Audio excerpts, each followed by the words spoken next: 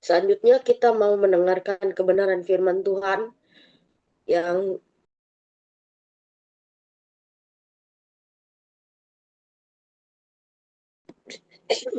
yang disampaikan oleh Bapak Evangelis Ferry Sapulete. Saya persilakan Bapak Ferry.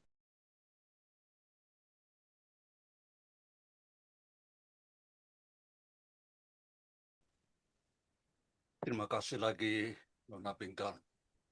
Sebelum Ya, kami dengar firman Tuhan, mari kami buka dengan doa.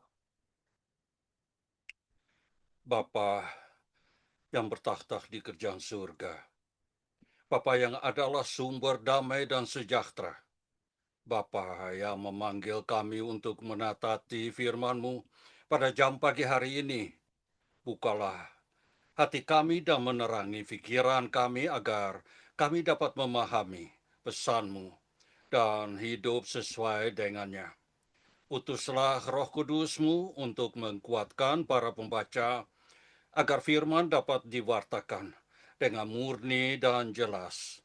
Kiranya firman-Mu menjadi pelita bagi kaki kami dan terang bagi jalan kami, serta penuhi kami dengan kekuatan untuk menerapkannya dalam hidup kami.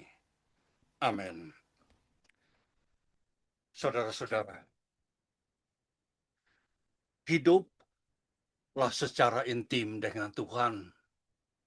Manusia diciptakan agar mereka tidak dapat hidup jauh dari Tuhan. Kejadian pertama ayat 26 dan 27. Di sini dikatakan bahwa Allah menciptakan manusia menurut gambar dan rupanya. Ini memberitahu kita manusia bahwa ada ikatan dan komunikasi khusus antara Allah dan manusia. Umat manusia telah diberi kuasa atas ciptaan yang menunjukkan peran dan tanggung jawab yang berasal dari ikatan ini dengan Allah. Dan 2 Korintus pasal 5 ayat 15 mengatakan bahwa Yesus mati supaya orang-orang yang hidup tidak lagi hidup untuk diri mereka sendiri, tetapi untuk Dia yang telah mati dan telah dibangkitkan untuk mereka. Kehidupan sejati itu berfokus pada Allah dan bahwa manusia diciptakan justru untuk tujuan itu, saudara-saudara. Di zaman ini, saudara-saudara, kita dipanggil untuk mendekat kepada Allah, mencari Dia demi kesejahteraan dan kehidupan masa depan kita. Di Yakobus pasal 4 ayat 8 katakan, mendekatlah kepada Allah dan Ia akan mendekat kepadamu. Dan ayat lain yang relevan adalah Ibrani pasal 10 ayat 19 sampai 22 yang memberitahu kita bahwa melalui Yesus orang percaya dapat dengan berani datang ke takhta kasih karunia untuk memohon belas kasihan dan pertolongan. Namun kita manusia cenderung menjalani hidup kita sendiri, saudara-saudara. Kita berpikir bahwa dengan kekuatan dan wawasan kita sendiri, kita dapat mengubah dunia. Bagaimana, saudara-saudara? Karena banyak orang percaya pada diri mereka sendiri. Mereka tidak membutuhkan Tuhan, Sang Pencipta alam semesta, di mana kita bisa melihat hal ini. Jika kita melihat kembali ke awal mula bumi, kisah penciptaan dari kejadian pertama dan seterusnya, saudara-saudara, kita melihat bahwa segala sesuatu diciptakan indah dan baik. Bahkan manusia pun sempurna. Tuhan menciptakan manusia pada hari ke-6 untuk memerintah atas seluruh ciptanya. Kehidupan di air, burung-burung di udara, dan benih yang ditabur Tuhan, melihat bahwa segala sesuatu yang berasal dari tangannya lengkap dan sempurna, sungguh baik, saudara-saudara. Namun Sejak umat manusia tidak taat dan jatuh ke dalam dosa, apa yang baik berubah menjadi kekacauan, rasa sakit, penderitaan, dan kesedihan. Dan kita mendatangkan kutukan atas diri kita sendiri dan bumi. Namun, hingga hari ini, saudara-saudara, kita manusia masih belum belajar apapun. Lihat saja pemanasan global, emisi CO2, dan segala hal lainnya. Kehidupan pertanian dengan semua makanan hewani, perikanan, dan hasil panen kita. Semuanya menjadi semakin mahal.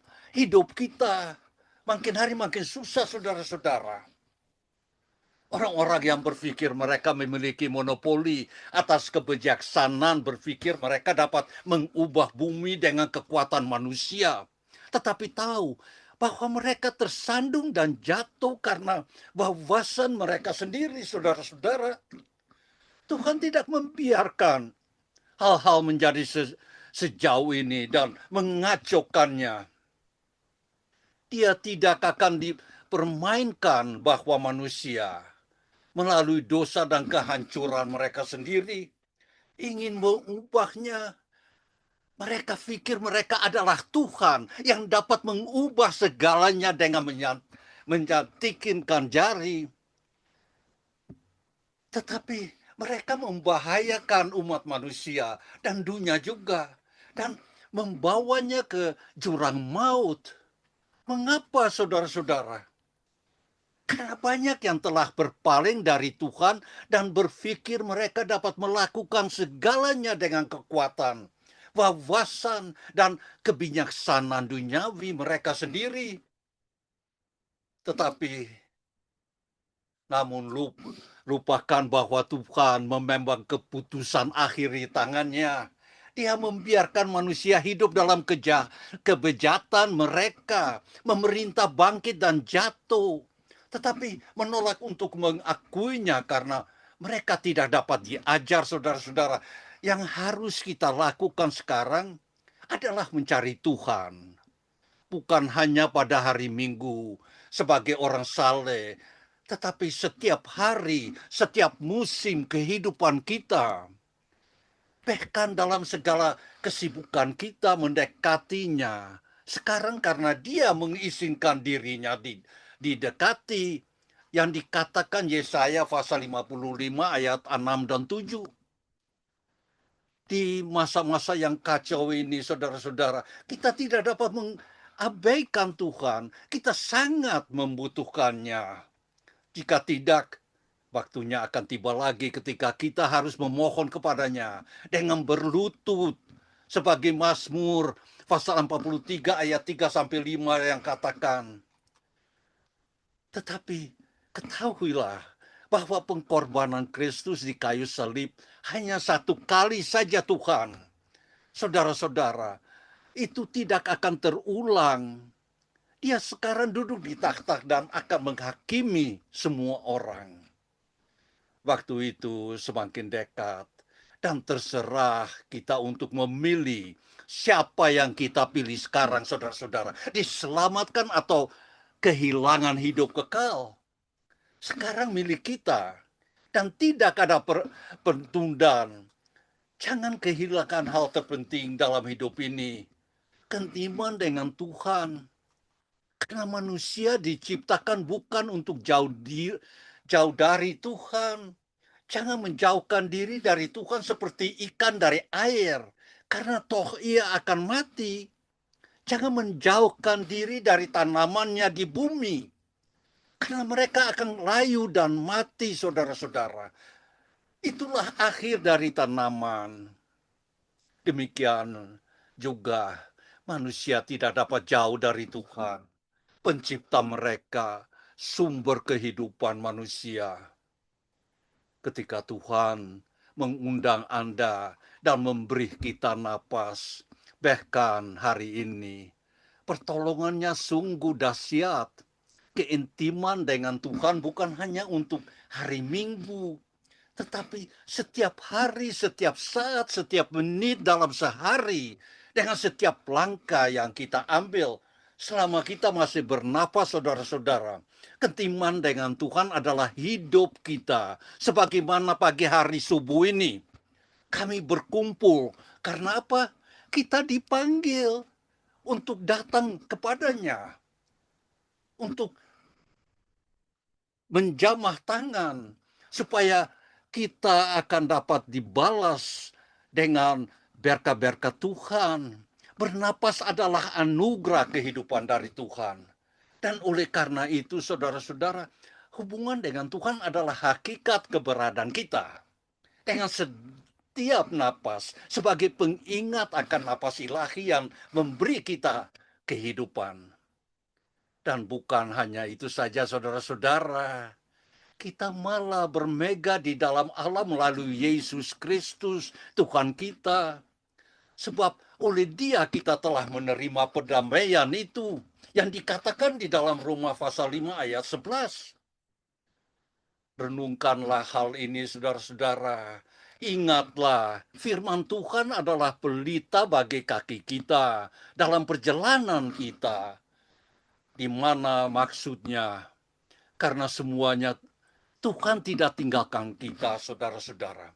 Karena itu, datanglah tiap-tiap menit, datanglah tiap-tiap hari, tiap-tiap pagi maupun malam. Datang kepadanya, karena Ia yang menompang kita dengan tangannya.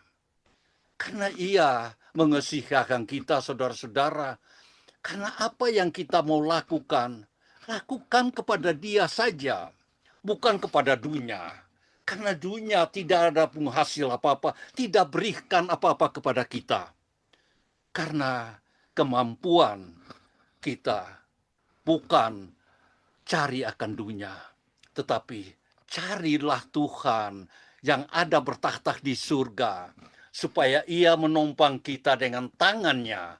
Ia berkati kita berlimpah-limpah. Karena apa yang kita ingin dalam kehidupan kita, saudara-saudara. Terlebih dalam hari-hari, waktu-waktu yang sudah dekat, yang mana sebentar kami akan merayakan Natal sama-sama dengan saudara-saudara di Priok, mau di daerah Senen, untuk menyembah, memuliakan nama Tuhan. Karena Ia datang di dunia ini untuk kita, untuk melepaskan kita dari segala sesuatu. Karena itu Tuhan berikan semuanya kepada kita, saudara-saudara. Dan hanya apa yang kita minta, Ia selalu berikan, walaupun tidak dengan segera, tidak hari ini, tapi besok atau bulan yang akan datang. Karena semuanya itu kita akan disampaikan dan kita akan bernama anak-anaknya.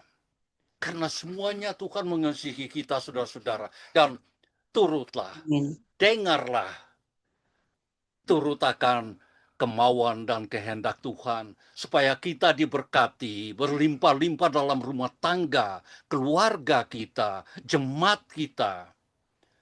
Karena semua ini adalah janjian-janjian Tuhan yang tidak pernah tinggalkan kita, saudara-saudara. Terima kasih, dan saya bilang saja pada hari ini, amin, amin, amin. Dan saya kembalikan semuanya kepada Nona Bingkan. Terima kasih. Terima kasih Bapak Evangelis Ferry Sapulete, Tuhan Yesus memberkati pelayanan, keluarga, dan sehat selalu. Terima kasih lagi Ibu.